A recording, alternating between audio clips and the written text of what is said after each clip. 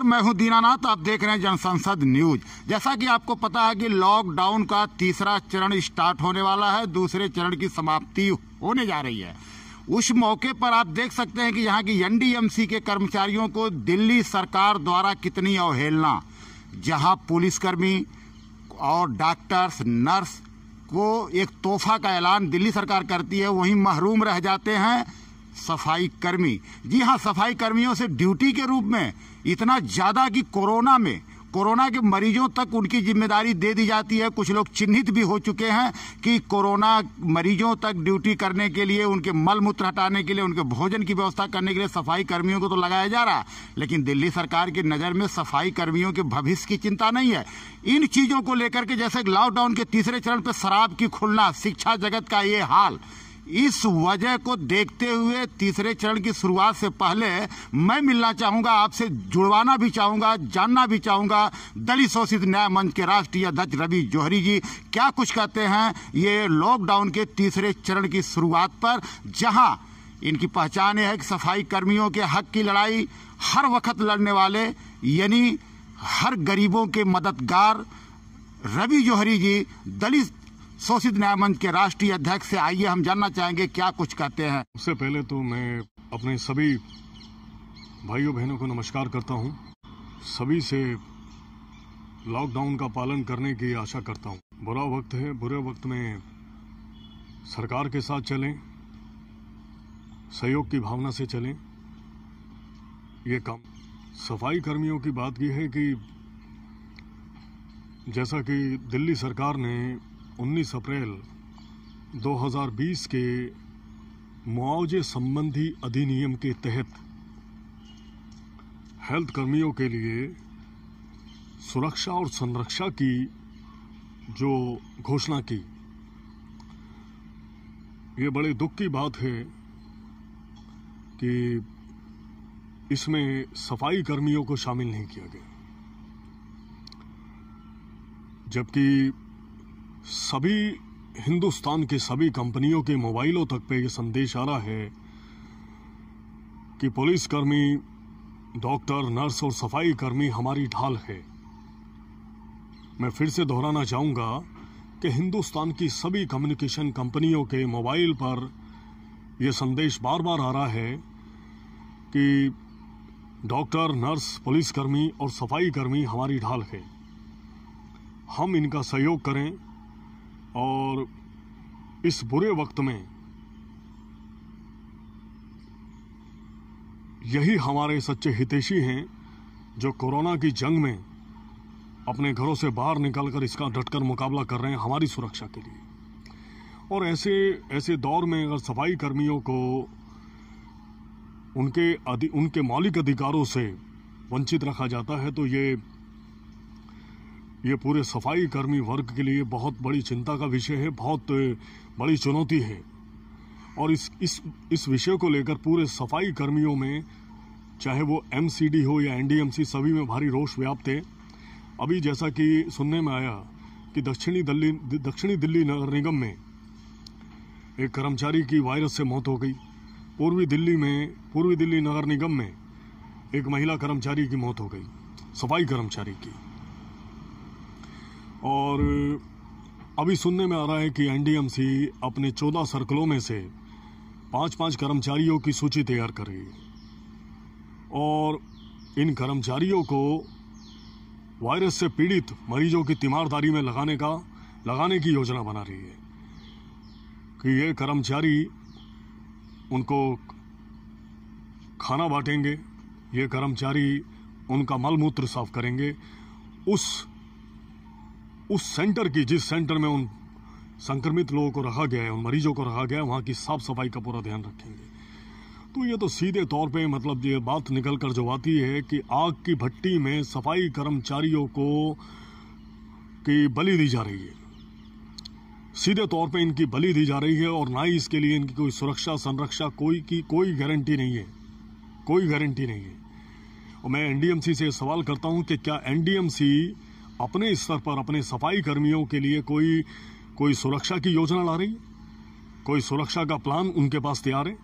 क्या इनके आश्रितों के लिए कोई ऐसा पैकेज है जिसकी घोषणा एनडीएमसी इनको आग की भट्टी में धकेलने से पहले करेगी? किस आधार पर एनडीएमसी इनको आग की भट्टी में झोंकने जा रही है?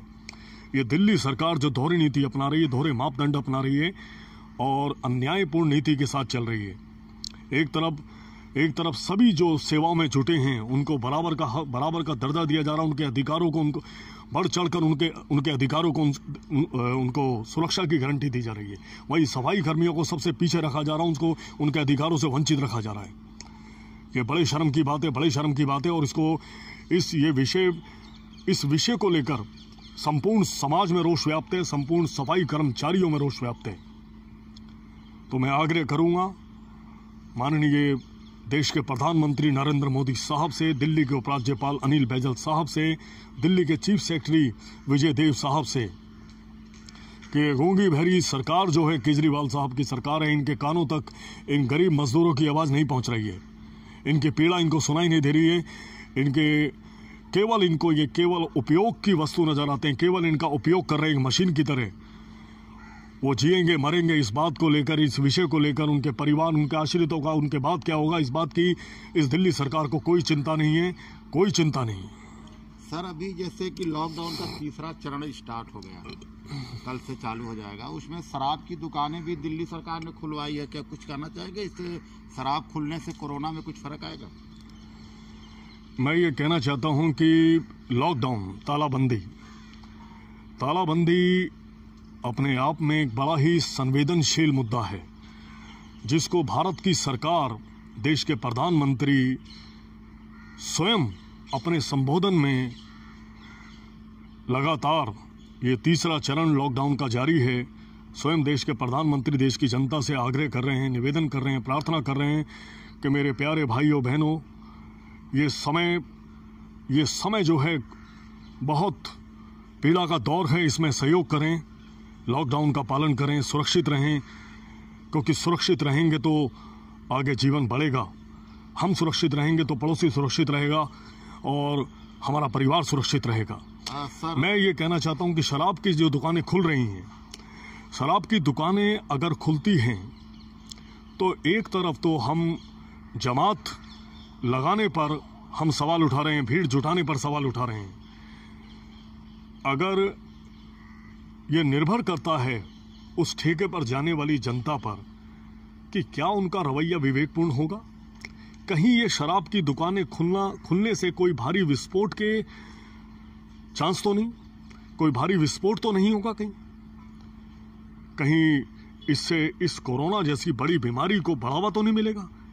क्या दिल्ली सरकार द्वारा लिए गए इस निर्णय से इस देश की राजधानी, इस दिल्ली की जनता को कोई भारी क्षति तो नहीं भोगनी पड़ेगी? सर आपसे मैं जानना चाहता, जैसे कि अभी लॉकडाउन के तीसरे चरण में दिल्ली सरकार ने जो व्यवस्था, दारू की तो छूट दे दी, लेकिन वहीं पे कहीं दारू के जो कारोबारी हैं, जो इनके सप्लायर हैं, उनके दबाव में मुझे लगता है कुछ फैसला हुआ। मेडिकल शिक्षा का ध्यान नहीं दिया। मेडिकल एक्सपर्ट्स का कहना यह है कि शराब पीने इस कोरोना के दौर में, मैंने कई मेडिकल एक्सपर्ट्स के इंटरव्यू देखे हैं और उनका मानना है कि जो लोग कोरोना के दौर में शराब का सेवन कर रहे हैं, शराब जो है किसी भी इंसान की इम्यूनिटी को बढ़ाता है। ऐसा मेडिकल एक्सपर्ट्स का कहना है कि शराब जो है वो इंसान की इम्यूनिटी को बढ़ाता है। अब जब मेडिकल एक्सपर्ट का मानना है कि शराब मतलब किसी भी सूरत में किसी भी इंसान के लिए मुफीद नहीं है, तो कोरोना जैसी बीमारी के चलते ऐसे दौर में मतलब शराब की दुकानें खुलना या शराब के ठेकों का खुलना कहीं ना कहीं किसी भारी समस्या को जन्म देना होगा, भारी क्षति से होकर दिल्ली की जनता को गुजरना होगा। ये शिक्षा के स्तर पर मैं ये कहना चाहूंगा, जितने भी हमारे 10वीं 12वीं के विद्यार्थी हैं, उनका इतना उदासीपूर्ण जो तनावपूर्ण उदासीपूर्ण जो ये समय चल रहा है, वो मानसिक रूप से बहुत पीड़ित हैं। अभी दिल्ली के उप मुख्यमंत्री मनीष सिसोदिया साहब ने कहा कि भाई 10वीं 12वीं के छात्रों को ये छूट दी जाए कि जो एग्जाम उनके हो चुके हैं, उन्हीं एग्जाम्स के मार्क्स को आधार बनाकर बचे हुए पेपर्स में उनको जोड़ा जाए, तो इससे उन बच्चों को राहत मिली। लेकिन अभी जैसा कि अभी अभी लेटेस्ट जो जानकारी मिल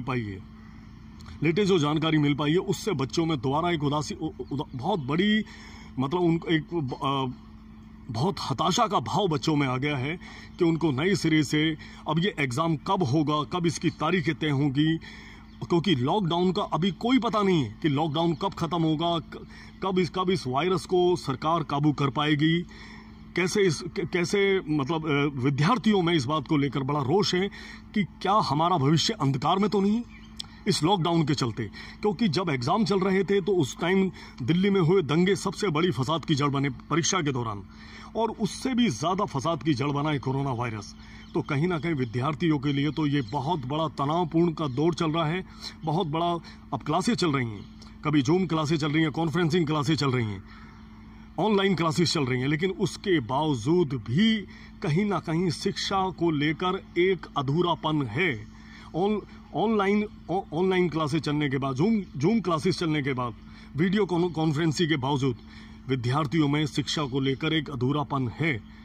तो उनका जो उदासीनतापूर्ण जो रवैया है वो सही है, और तनावपूर्ण जो रवैया वो सही है।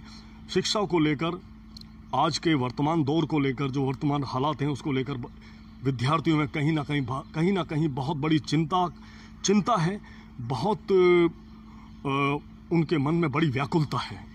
तो मैं ये चाहूँगा देश के प्रधानमंत्री नरेंद्र मोदी साहब, मानव संसाधन मंत्री रमेश पोखरियाल साहब से कि कहीं ना कहीं विद्यार्थियों की 10वीं 12वीं के छात्रों की इस समस्या को गंभीरता से लें और उस पर कोई सही निर्णय लिया जाए, जिससे कि ये हमारा आने वाला भविष्य है, हमारी आने वाली पीढ़ी है, ये हमारा आने वाला कल है, जिससे कि उनका मनोबल ना टूटे, उनका हौसला ना टूटे।